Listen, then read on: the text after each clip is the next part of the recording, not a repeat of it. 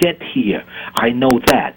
Where did the trees come from? Where did this atmosphere come from? I have to give an answer to that. And the only answer that I can give to that it has to be an entity greater than me. Okay. Who created that entity? And How did that entity come about? I name it and label it to be God. It could be Fuju. It could be Bobo. Who created your All what I'm saying is that the label that I'm given, the responsibility to why I am here, we normally know it to be for lack of confusion, God. Okay, who created God? Okay, let me say this to that. We're not going to deal foolishly. We're going to deal intelligently. Yeah, that's why I asked you a question that you're avoiding. You answer the question first. Where did you come from? And acknowledge that it I came from a long line of evolutionary biological processes. That's the best answer that I have now. How it originated? I am currently willing to say that I don't have all of the answers on that. I'm not asking you. And that's fine. I asked you where did God come from? Okay, and I'm saying to you that that's questions upon questions, and that's foolishness. Because what's foolishness is telling yourself that you need to have this answer of where I came from, fill it with something that is supernatural, and then say, I don't need to know where that came from.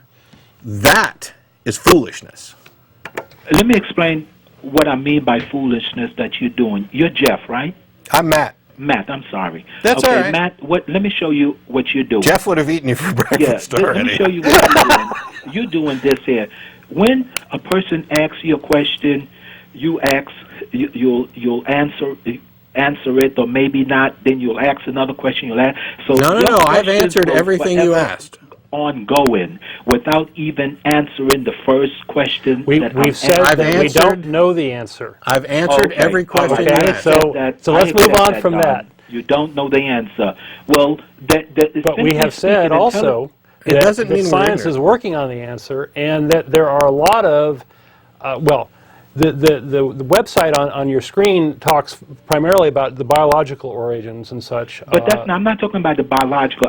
There's the what created the universe question, the Big Bang, and all that, and physicists are very hard working on that. Okay, when you say the Big Bang, that's what science can only go to. Science can only explain the function of what's already here, and when they are asked to go beyond that, because science is physical, and I accept science, I love science, then they will say a Big Bang. But we know you can't have, I've heard someone make an example that you got a bunch of metal in a junkyard, and all of a sudden you get an explosion, and then when the explosion is over, you got a 747 ready to fly. No, that's ridiculous, because that 747 was put together with some sort of intelligent design, just as we were. So it's no Big Bang. So I accept science saying Big before Bang. You say there's no Big Bang, you better talk to the ID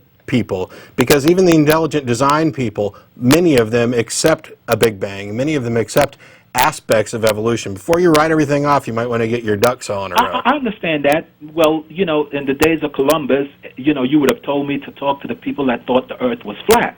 So I understand that, but we know the Earth is not flat, and these guys, that's the best they can do, just like what you're saying. But was it okay? Was it okay for people to believe the Earth was flat until they were proven wrong?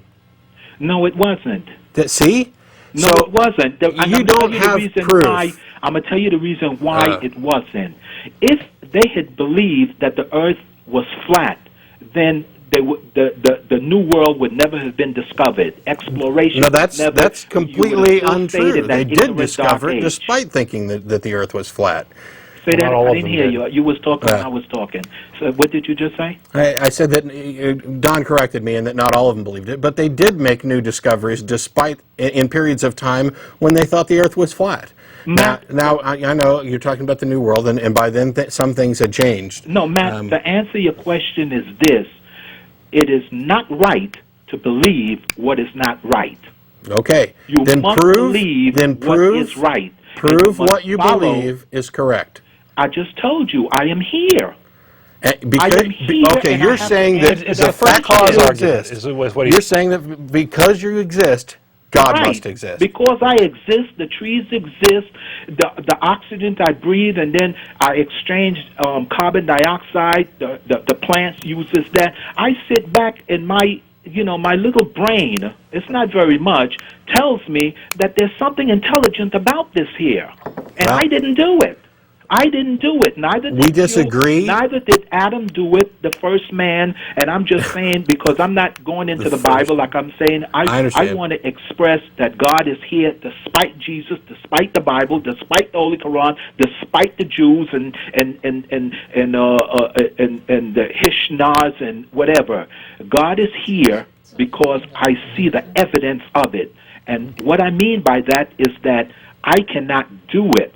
So I must attribute its existence to something else greater than I, and I label that to be God. This is a leap you've made, right? This is no, that's not a leap. The trees are here.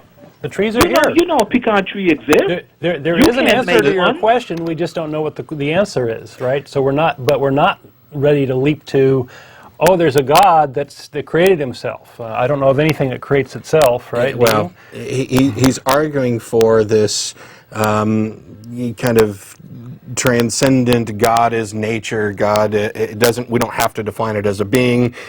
We're just defining God as the first cause. God is. Because we look around and we don't know, we can't come up with an explanation, we don't know, it must have been God. And that's, you can say all day long that that's not the God of the gaps theory, but it is 100% God of the gaps. Instead of relying on proven methods of the scientific method, ways that we learned things and actually find out new knowledge, rather than relying on that, no matter how much he says he loves science, and I haven't hung up on you yet, you're bypassing science. You're tossing it out the window. You're saying, woo, it's nice that the scientists are working on real explanations to this, but they're not done, or I don't buy it, or I just don't get it. But you'll trust science for everything except this one question, in which that case you will fill in God. And then you'll stop asking questions at that point about the nature of God, about where God come from. Because as soon as you start doing that, your God that answers all of your questions begins to break down. Now, when we ask you for proof, you say you exist. Your existence, no matter how much you claim it is not definitive proof that a God exists. That would be like saying, prove to me a God exists, and you say God exists because I say God exists. It's not a proof. It may be acceptable to you. I have higher standards of evidence. No, what I'm saying is that God exists because I am the evidence of it. Like, for example, if I come upon a house made of wood and it's all to the ground and it's charred and and it's ashes. It's evident to me, even if I didn't see the. This is the same as the watchmaker analogy. You're talking about something where you come across a watch on a beach or a house in the woods, and you can look at it and immediately know design. Therefore, it must have had a designer. It's not a good analogy. It's not proper, and this is nothing new that you're saying at all. Yeah. Well, the argument. Matt, I'm just simply saying is that Harry, I have to answer the question, where did I come from, and everything else that I see around me and that I use. All right, I appreciate that. We have other callers waiting. I don't want to keep taking up time on this one. Okay. We're not going to see eye to eye on this. I'd like to see you guys I will say, and continue this. I will say that I perfectly respect your right to hold that belief if you want to. And I understand that this is a personal belief where you've come to this decision and it works for you. But my standards of evidence are a little bit higher than just saying, well, I think I'll fill it in with God.